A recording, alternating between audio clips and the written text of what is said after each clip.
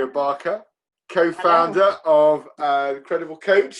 Welcome to the lockdown sessions. Thank you. I'm excited to be here. Thank you for inviting me. I think this is great. So we came across each other on that famous social networking site. Others are available, but this one was LinkedIn. Yes. And actually it was something that you posted because you kind of posed a question about people's experience with coaching. And I thought it would be really cool to get you on this podcast because I thought the perspective you had would be different from the coaches that I've talked to, because you actually talk to coaches and also to their clients. So you get both sides, not just the kind of very sort of versatile and erudite coaches that we have had on this podcast, but you actually get to talk to clients about results. So I thought, okay, this sounds cool. Let's get Victoria on and see how she can shine a light for us on some of these ideas of how people get coaches, some of the pitfalls maybe that clients and companies fall into when they're trying to seek out a coach. But my first question to everyone who comes on this podcast is the same. So I'm going to throw it straight over the net at you as well. We've been in lockdown for 6 months. Yes. I appreciate I'm going to have to come up with a new title for the podcast series. Well, you know, maybe not. You kind of hope so, maybe, but it might be maybe the not. Re-lockdown session. Re-lockdown in the next couple of days. The sequel. But what have you observed and been learning when you look at your business and you look at your clients, both coaches and corporates, over the last 6 months? What kind of shifts and changes have you been observing people undertaking, which maybe even brings coaching to the fore? So that's my first one, straight over the net at you. I think a really key thing is shifting the focus from coaching being a luxury spend to an essential spend. I think it's interesting speaking to quite a few companies that maybe didn't think about coaching, to then, you know, explain to them exactly what it was and how it would benefit them. And then speaking to other coaches that, other companies that have hired a coach, that are saying it was the best investment they've made. They wish they did it sooner. So it's making that shift into how important a coach is in a company, especially now. I know people are looking to really, tighten the belt and cut costs, but the whole culture element and everything a coach can do to transform a company and get it working, get a team working effectively together, especially when working from home, is definitely really essential at the moment. Another thing I've been working on over the last few weeks, which has been quite interesting, is so we launched our beta program a couple of weeks ago now. So we've had a few coaches coming in that we've been vetting and we've been speaking to their clients.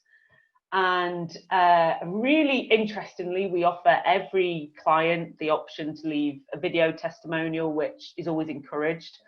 But we also give them the option to be anonymous, and right. 90% so far have wanted to be anonymous, and they would only talk about their coaching if they were anonymous.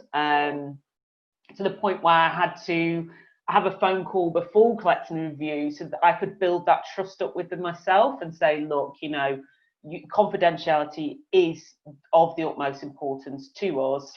I, promise that your profession name or face will not be put anywhere. And that was the only way I could get them to talk about the coaching they've received.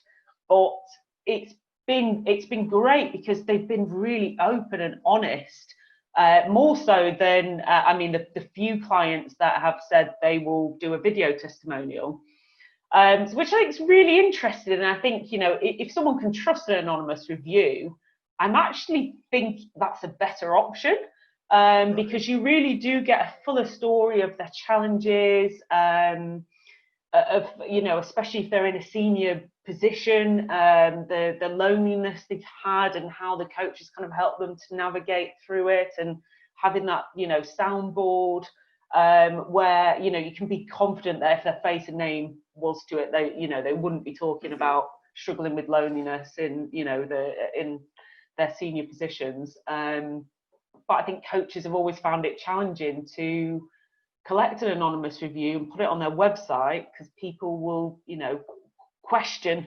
if it's authentic or not. So yeah, no, I think that's, over the last few weeks, it's been something that I found really interesting, that people just don't want their face or name to a review. In my mind's eye, I've got like two images that spring to mind. One, your co-founder, who's the tech expert, kind of creating avatars of people so that the anonymous review at least has some kind of image, or this kind of, you know, frosted glass screen that you put in front of them like you do in a courtroom when they don't want to be seen. Do you have to disguise their voices as well? Well, it was interesting, actually. So initially, although we do have a phone call, we did a few tests to see how comfortable people were with their voice, even if we changed their voice, and that was a firm no across the board. Right, okay. So that option went out the window. So it's been a lot of trial and error. So now it is a phone call, because I don't believe in sending an email and filling out questions. I think it has to be a conversation, and then we make it into a transcript, which, you know, it's a lengthier process, but it helps to get a fuller review of their story and their challenges.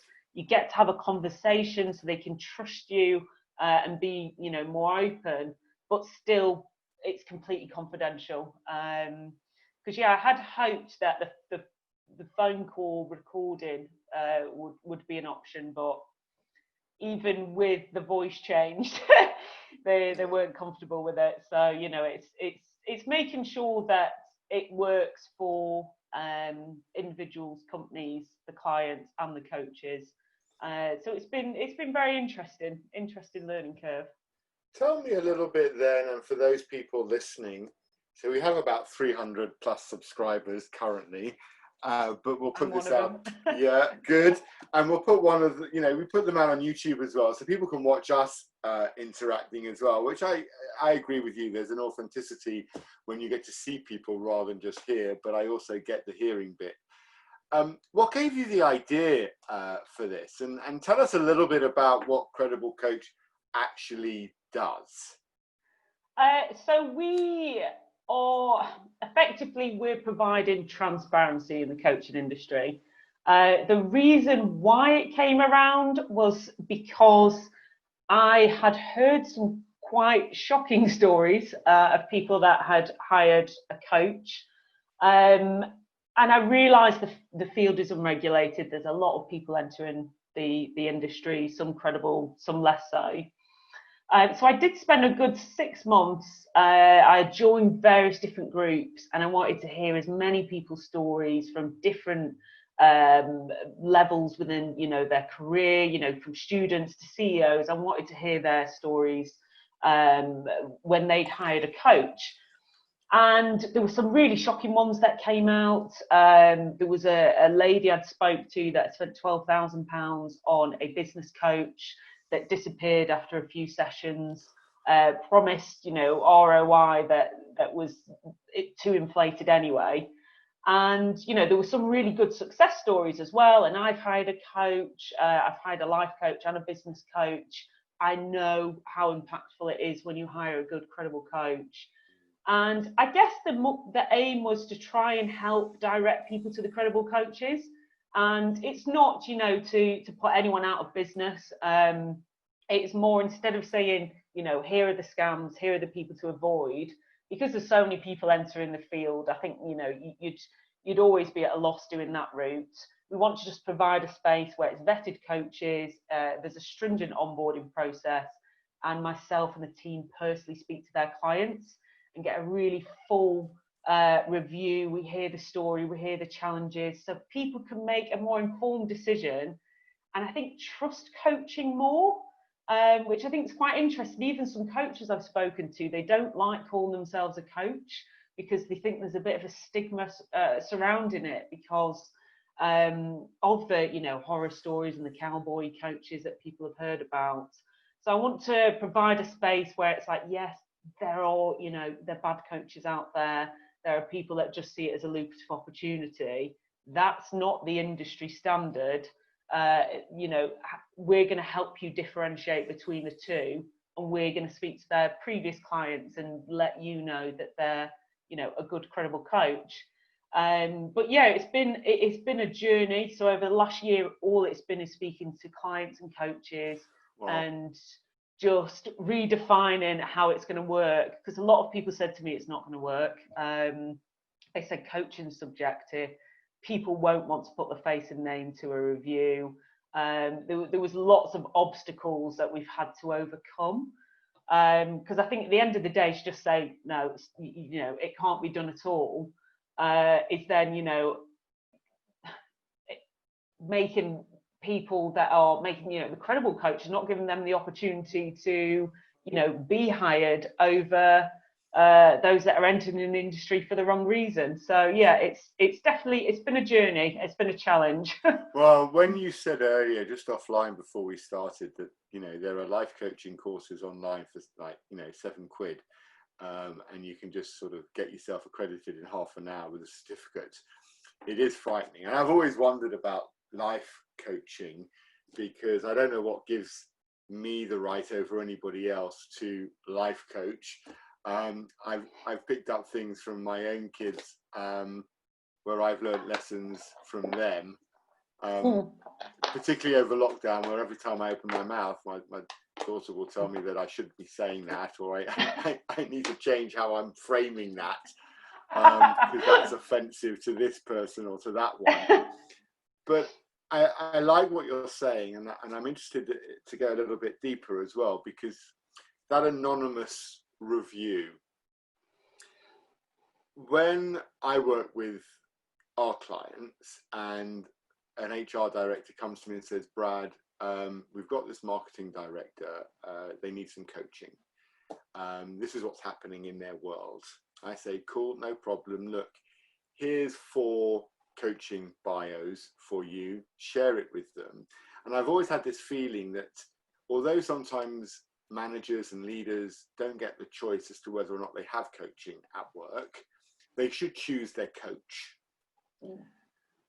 But I also recognize that people have archetypes, which means that they'll see a picture of somebody, and it might be the picture that appeals to them. When I took a coach back in 2004 to try and change my business model, I basically chose Father Christmas. This was my archetype. He was 70 years old. He had this great big beard. He was a double doctorate in psychology. His stories were amazing. He totally changed my life. But it was my archetype. I had to see him. So I'm wondering, in today's sort of digitally hyper-connected world, you mentioned before how the anonymous review, that you weren't sure if people would sort of buy into it, but you're saying that people are. They're quite happy to take an anonymous review where they can't see the person, but they can hear them. Tell me a bit more about these anonymous reviews. What would a client be telling you? So it's, I mean, we have set questions we go through, understanding why, they have the coaching, if they've hired the coach themselves, if it's through a company, what challenges they've overcome, what clarity they've had, understanding, how it's made them feel in the process. If someone was on the fence about a coach, what would they say? I think it's more questions to get a more fuller understanding, and then dependent on what they say, dig deeper and see how far, how willing they are to, be really open and honest about, was it the company's just, forced a coach on you, you didn't really want it, which, a few of them have said it isn't something I was really that interested in. However, I've had clarity on this, and I didn't know I had these limiting beliefs, and I didn't know I had these blockers, and, it's gained a lot of clarity on that. To get to get as much of a story as possible, and some of them are, they're a few pages long when we've created the transcript. So it's, it's not a case of would you recommend the coach and just doing it as outcome focused. It's a fuller testimonial. It's the story, and it's just dependent on the client. Some have still been quite closed, and then some of them have been really open. Like, I've been quite surprised how open they've been. Really senior people talking about their loneliness, talking about these, struggles that they've had and the directions and things like that. So it's been interesting, because I think having them trusting me that it is confidential really does get the story out, where I don't think there would be any other way of hearing the feedback from those type of people. I think that was the only secure way to be able to do so. And I think for anyone that's unsure about coaching, or if their company have said, you've got this coach, I think to read the stories from people in similar positions that are quite detailed like that, I think will help them before they have the coaching session, and to understand more and be more open to it and trust that coach more before any sessions have started. Right. So yeah, no, I think being anonymous, we just had it as an option because it was feedback we were getting a lot, and I personally think that the majority of them are going to be anonymous. Most, I mean, as I said before, about 90% have said remain anonymous. So it's been really interesting but insightful. I suppose for some, if they want the visibility, they don't mind. But for most people, if you went on LinkedIn and looked for a recommendation from your network, you'll get 4 lines.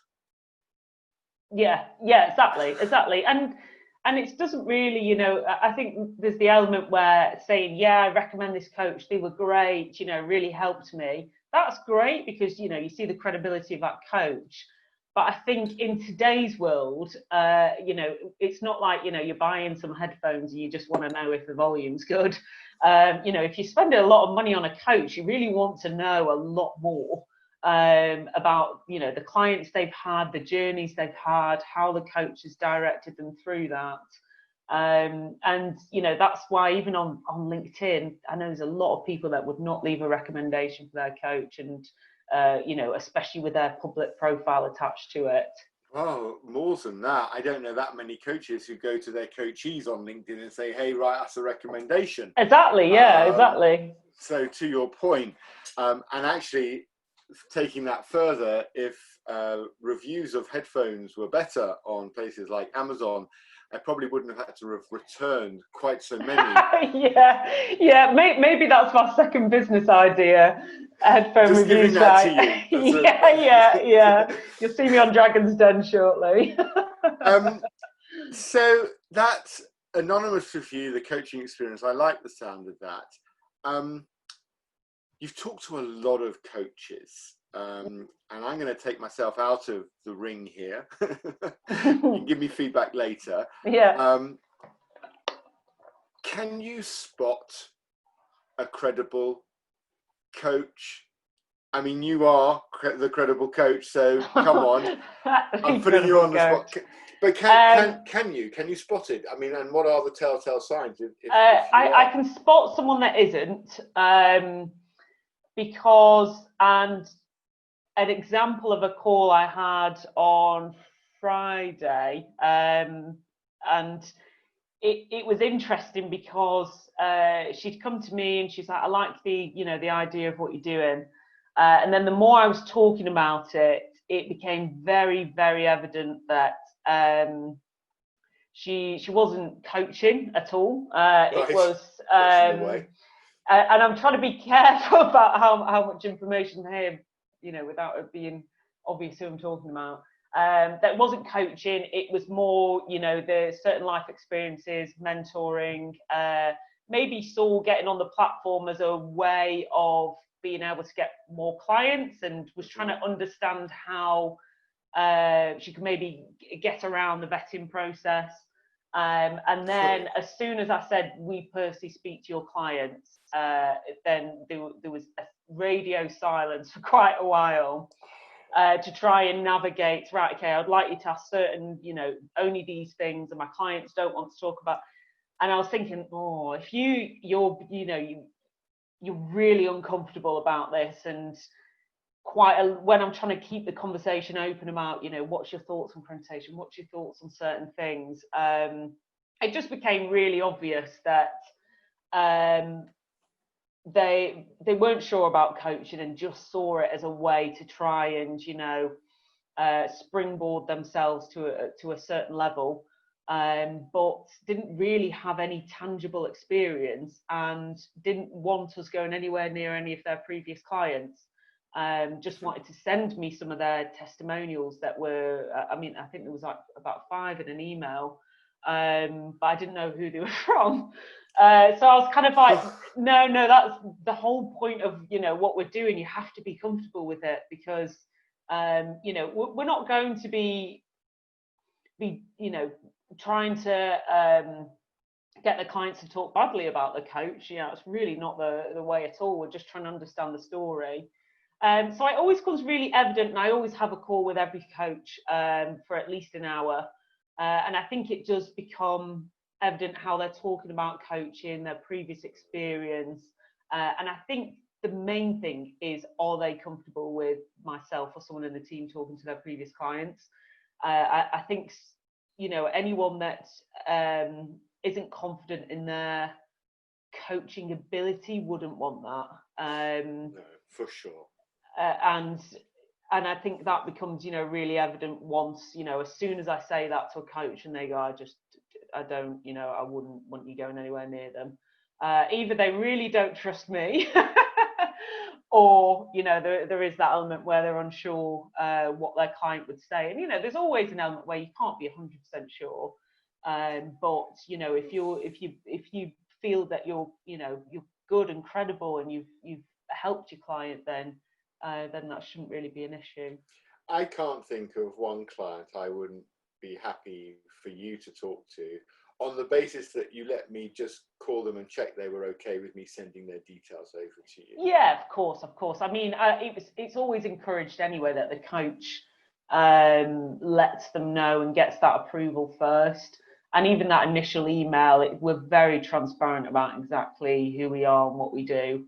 Because I think it's important to build the trust with them as well. And I think just appearing out of the blue, I think, you'll get the knee-jerk reaction of, who are you and why are you trying to, what are you doing here? Yeah, well, and I think it's also, I'd be really interested as well, not just from a coaching client perspective, but I would be interested in what, their bosses would say as well, because I think when corporates engage in coaches, you mentioned before, it's really subjective. I can think of numerous conversations I've had with CEOs where I've actually said to them that if you put this C-suite director through coaching, they might leave. You're aware of that, right? So from an ROI perspective for you, you're just about to invest $3,000 in this leader for the next 6 months, and they might go, because when they do their coaching, they might find that this isn't what they really want to do, and they unlock something else in them. And so coaching, that's why it's so transformational. That's the beauty of it. But you remind me, because I was talking to a CEO, co-founder as well, last week, and they're based out in the US. And his perspective was, why should I talk to you as my coach? And I said to him, look, this is a chemistry call, right? I guess it's like an interview. I said, I need to know what you're looking for in order to be able to even answer that question. I mean, I don't know why you should engage me. There's thousands of people you could engage. Why don't we try a conversation that's built around coaching principles and see how you feel? Anyway, so we started like a little bit of coaching. And he just went, so basically it's magic. You just get me thinking completely differently to how I've ever thought before. And I said, that's definitely one positive that comes from coaching. It's perspective.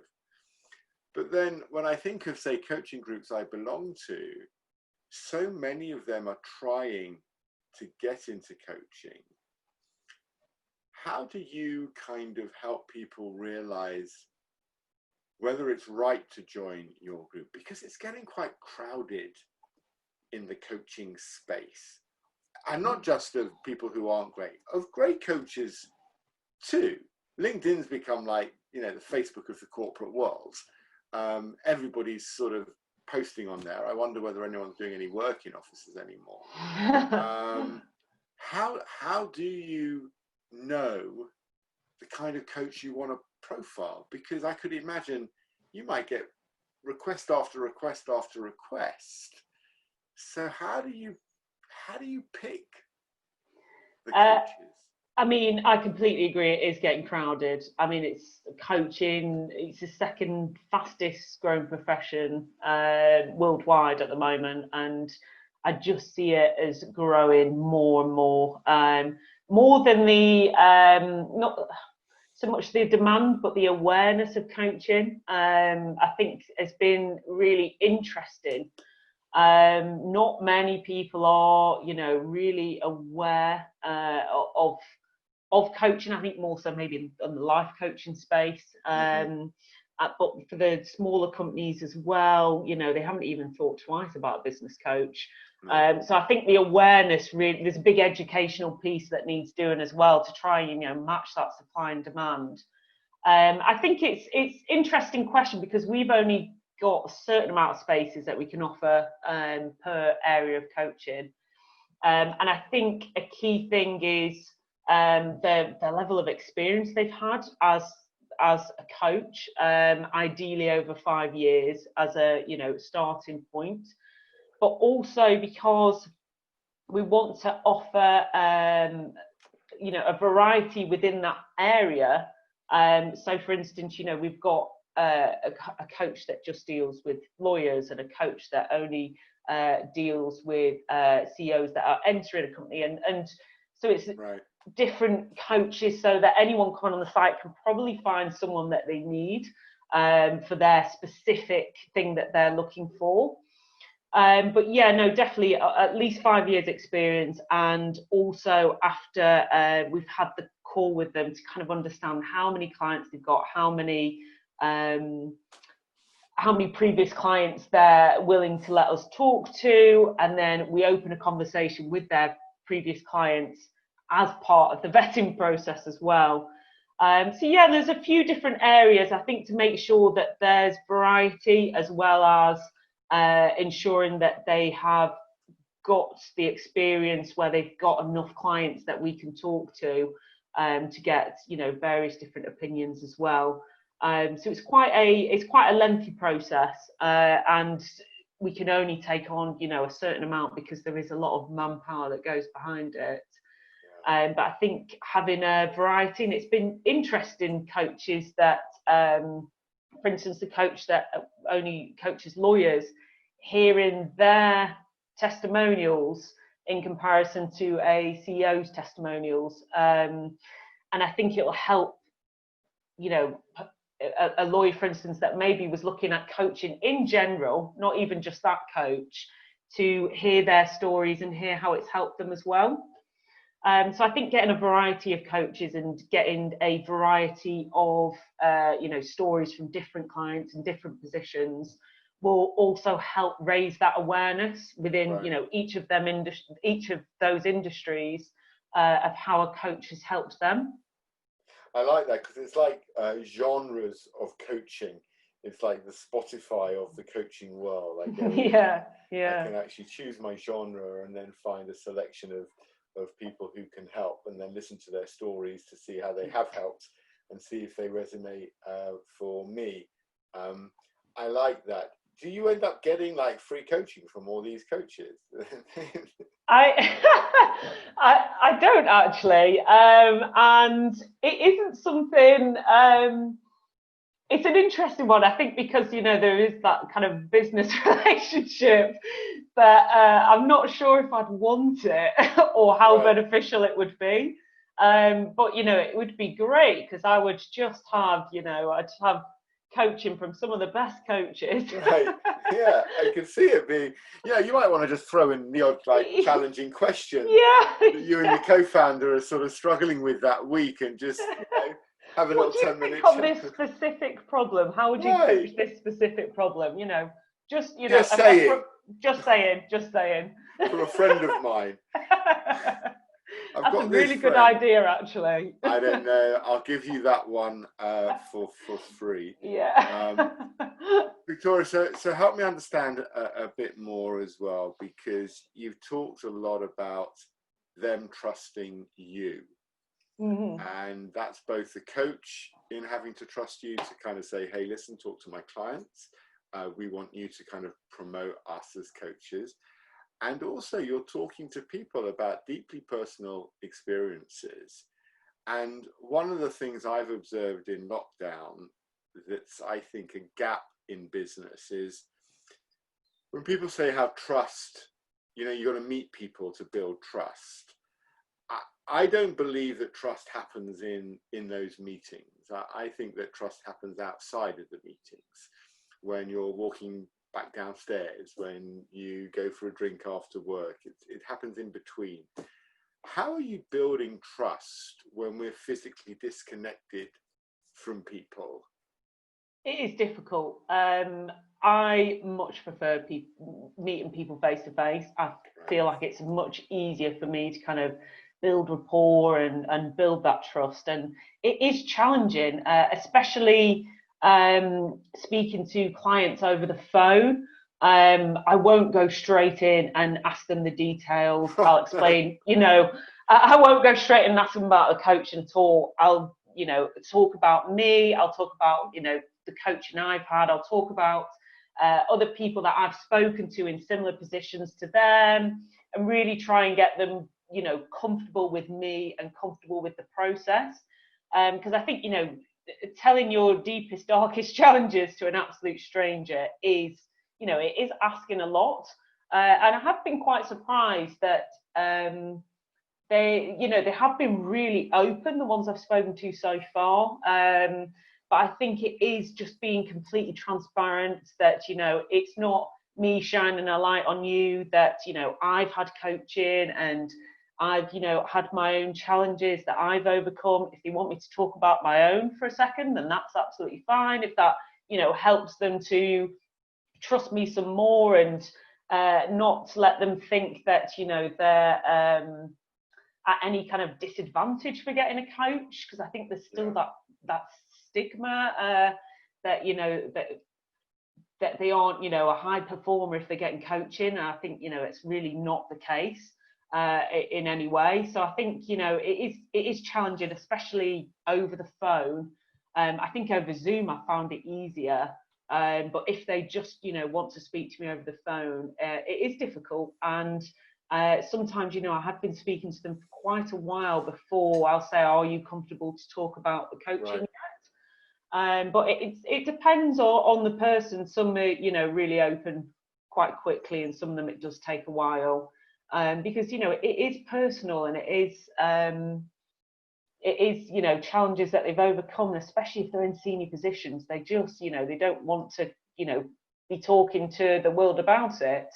But I always open up the conversation and the initial email with, this helps us to help other people find good, credible coaches. So if you've had a good experience, this really helps other people. It's not a case of, leave us a review, mithering them. It's like, this really helps other people to not waste their money on, if you've had a really good experience, then this will help not only the coach, but people in a similar position to you to get the outcome and get the results that you've had. And people seem to be quite open to that, where, if they've had a really good experience, they go, actually, yeah, I'll talk about it, because then that will, help people in similar positions to me to hire that coach and have the similar, have a similar transformation that I have. or if they've had a really bad experience, they can have a vent, but that's not happened yet. But you're right about the stigma, and I find that just so fascinating, because I started out in the early noughties for about 6 years working in professional sport, and it was part of my background. Before I went to uni, I was involved in professional sport, and in sport, the footballers particularly who I worked with, these guys had half a dozen different coaches, even back then. I was their mental fitness coach, but they had nutrition coaches, they had fitness coaches, they had speed coaches, endurance coaches, skills coach. I mean, literally, they had coaches for everything. And in business, if you think about getting a coach, there's still a very high percentage of people who think that's somehow remedial. Yes, yeah. And then I have to say to them, the most successful entrepreneurs and CEOs all have coaches, even people that are at their, there was one executive coach I spoke to, and he had a client that came to him that was, at the 1% of the 1%. And he came to him because he was like, I just want to be that little bit better. And he was like, you are the top of your game, but he just wanted to be that extra, have that extra edge. And everyone's got room for development. I think to say, oh no, if I get a coach that's, I'm not a high performer or anything, there's still that stigma, and it's just not the case at all. It's really not the case. All the top achievers have a coach so they can keep, progressing and keep improving.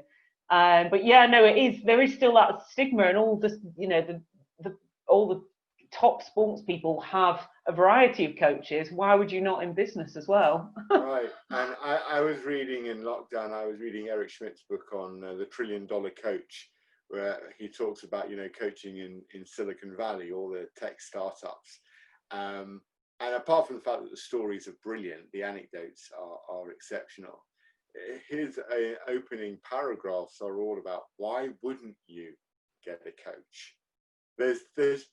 There's just no downside to it. What you've got to do is overcome the fact that for a really good coach, you might have to pay some money.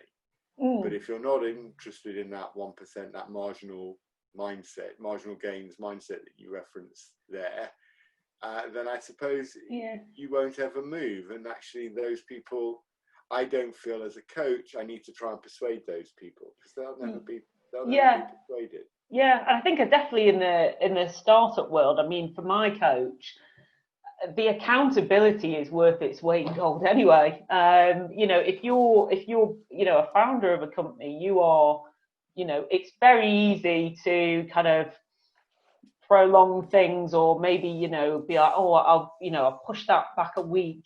And my coach is like, you will have this done by this date, and when we talk, we were going to talk, and it happens, right. And it keeps that discipline there. Where I think for any startup, and especially in Silicon Valley, where that accountability is really, really important, where you need to be hitting your deadlines and be consistent. Completely, Victoria. If you don't, you can be having coffee with somebody on one day, and the next day you read in that magazine that goes around Silicon Valley every week that they just sold their business for $140 million. And you're thinking, well, I was having coffee with them yesterday. They didn't mention that. And, there's the rub, because they've got the next thing. And, going IPO and all those things, which may be high level for maybe a middle manager who's struggling with conflict resolution in their team and needs a coach. It's not the same, but it's the same principle that underpins it.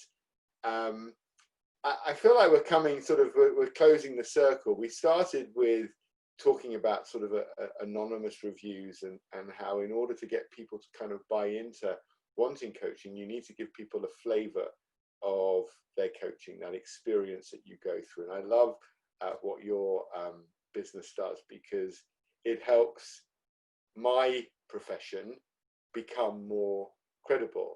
When you're unregulated, it's hard, so people join bodies, but not even all the bodies are credible. So I'm saying to you, if you can add bodies to your business as well, that would be great for us coaches, because we then wouldn't spend 2-3 grand on getting accredited by somebody who's actually not that worthy. So I don't know if that's a business idea you want to take, but you're giving me lots of ideas this last hour. I'd love as a final question then to kind of get from you, when you think of the coaches that you've worked with and you think of the clients, you marry the two. What do you think is the kind of that secret sauce that brings a client and a coach together? What needs to be there? I don't want to give the obvious answer, because I know, it is just a buzzword, but trust is such a big thing. And I know, that's a really obvious answer, but with the clients that have left the best reviews and the most details, they said they made me feel really comfortable. And then, later they'll say I trust them, and we'll get more of a story. But the best reviews are the most detailed. Being comfortable with their coach is above and beyond. It seems to be what marries both together the best, and seems to be, the best outcome for the client and the best review for the coach. In my experience, speaking to, the coach and then speaking to their clients, them talking about being, really comfortable with the coach and being able to be open with them. I don't know exactly how the coach has achieved that without, sitting in on the sessions. But speaking to those clients, that seems to just be the key thing for them. I hear you, and I really feel that answer, and I don't think it's just an obvious answer, because I think there's a subtlety to trust. As someone who's operated as a coach for 25 years, we have an equation for trust, and there's 4 different variables in it. So there's 3 variables on the top of the equation and 1 variable on the bottom. And the 3 on the top are credibility, reliability, and intimacy. So you've got to actually be able to do what you say you can do. Mm-hmm. You've got to be reliable and actually do what you say you're going to do, hold you to account, or whatever it might be. But the thing I think you've been leaning into a lot in this conversation when you've referenced trust is you've got to be able to create intimacy. You've got to either share your vulnerability, which you were doing with clients, or create a space where they are comfortable sharing important stuff that might not be related to the bottom line or the business ROI or whatever it might be. And if you get those 3 variables right, you then only need to worry about the 4th one, which is what we call self-orientation. Psychologists call it self-orientation. And this means that when I'm talking to you, you don't feel like I'm talking about myself the whole time. So the spotlight in a coaching session, if I'm the coach and you're the coachee, it's all about you. So I'm credible, I'm reliable, I create intimacy with you, and I make it all about you. And I think that, listening to everything you've said over the last half an hour, I think that's what those great coaches are doing. They're able to do all of those 4 things in the right balance for the individual they're talking to. Because for some, it's credibility, for others, it's intimacy. For some, it's reliability. For others, it's both credibility and and it mixes and matches. And I think what I'd love to do, Victoria, if you're happy, is bring you back in the new year when we're hopefully out of this sort of, lockdown Fingers pandemic crossed. world, right? And check in on your business and on the coaches and the clients that you're talking to, and see if we can shine another light on kind of credible coach. And take it to another level of understanding how people can choose their coaches and how coaches can build their reputation. Because I think it's a really lovely mix. I love your business idea. I really do. Thank you. Yes, no, I'd love to come back in the new year. And, hopefully would have spoken to dozens and dozens of, clients and heard different stories from different professions as well. So hopefully I can have some more clarity on a few more things. But yeah, no, definitely, I'd love to come back. Brilliant. Victoria Barker, co-founder of The Credible Coach.